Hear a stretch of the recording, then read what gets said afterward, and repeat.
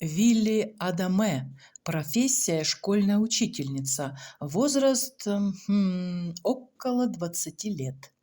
Если бы мы хотели описать мисс Адаме, то мы, наверное, прибегли бы к сравнению с лесом. Грацией своей она напоминала тополь, белизной кожи– березу.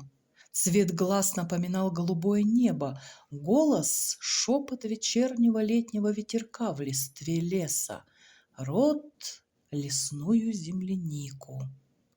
Легко себе представить, какое впечатление она произвела на всех мужчин. Можете исключить меня из числа мужчин, потому что я никогда не шел в счет, когда дело касалось женщин. Исключите и повара, если хотите.